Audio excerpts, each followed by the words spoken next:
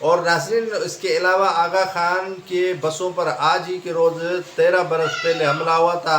جس میں 50 سے زائد جو ہے وہ آغا خانی مارے گئے تھے اور لقمۂ اجل بنے تھے۔ اور آج کے روز اور میں خاص طور پر آپ کو پتہ ہے کہ آگ لگنا، واقعات رونما ہونا یہ معمول بن چکا ہے۔ اگر ہسٹری آپ اٹھا لیں گے تو مئی میں قتل و غارت گیری، دہشت گردی کے واقعات بنسبت دوسرے ماہ کے زیادہ ہوتے ہیں، اور یہاں پر کافی ایسے واقعات ہیں جو مئی مہینے میں رونما ہوئے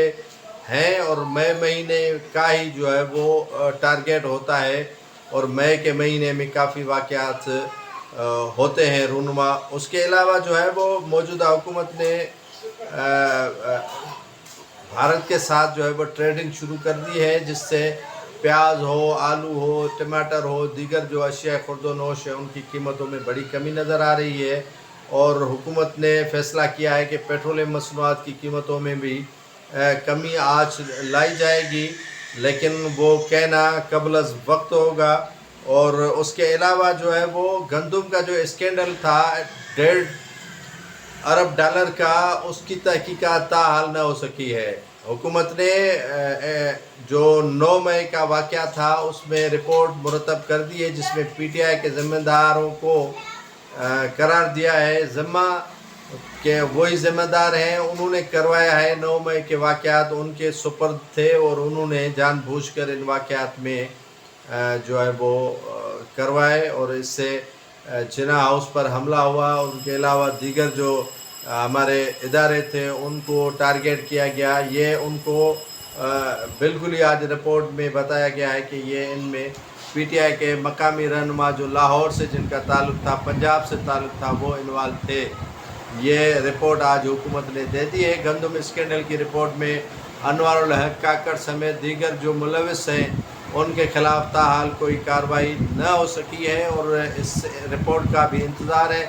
190 ملین پاؤنڈ جو عمران خان کے کھاتے میں ڈالے گئے تھے، ان کی جو گواہان ہیں ان پر جرح کی گئی تھی آج اڈیالہ جیل میں، اور بشرا بی بی پر بھی الزام ہے۔ اور گورنر خیبر پختونخوا اور وزیر اعلیٰ خیبر پختونخوا ایک دوسرے کے آمنے سامنے، کیونکہ ان کا تعلق ڈیرہ اسماعیل خان ایک ہی حلقے سے ہے اور ایک دوسرے کے اپوننٹ ہیں، اور یہ فیصلہ کیا گیا کہ ایک کو گورنر بنانا ہے، ایک کو وزیر اعلیٰ بنانا ہے، تاکہ یہ آپس میں جڑنے کے بجائے اختلافات ان کے شدید ہوں، اور اختلافات اتنے ہوں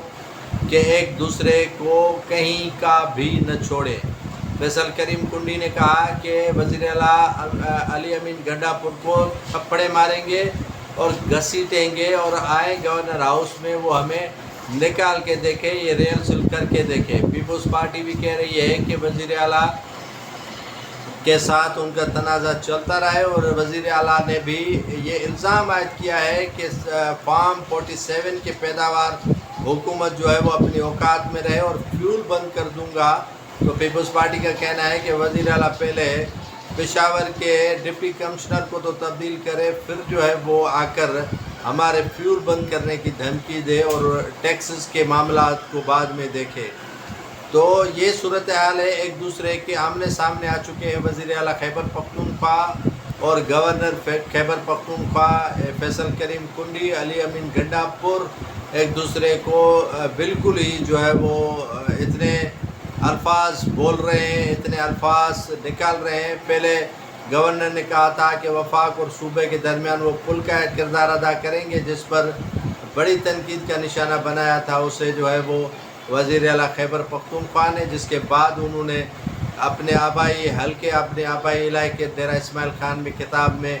آڑے ہاتھوں لیا تھا وزیر اعلیٰ کو۔ پھر وزیر اعلیٰ نے بھی ان کو جو ہے وہ جواب دیا۔ اب سلسلہ جو ہے وہ گالم گلوچ تک پہنچ چکا ہے، اور گالم گلوچ تک پہنچنے کے بعد پیپلز پارٹی نے بھی کمر کس لی ہے، اور پی ٹی آئی نے بھی کمر کس لی ہے، اور ایک طرف تو وزیر اعلیٰ خیبر پختونخوا ہیں تو دوسری جانب گورنر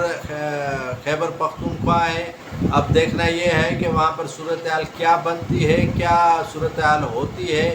یہ تو آنے والے وقت میں ہی پتہ چلے گا، لیکن دونوں کو لا کھڑا کر دیا گیا ہے ایک دوسرے کے سامنے۔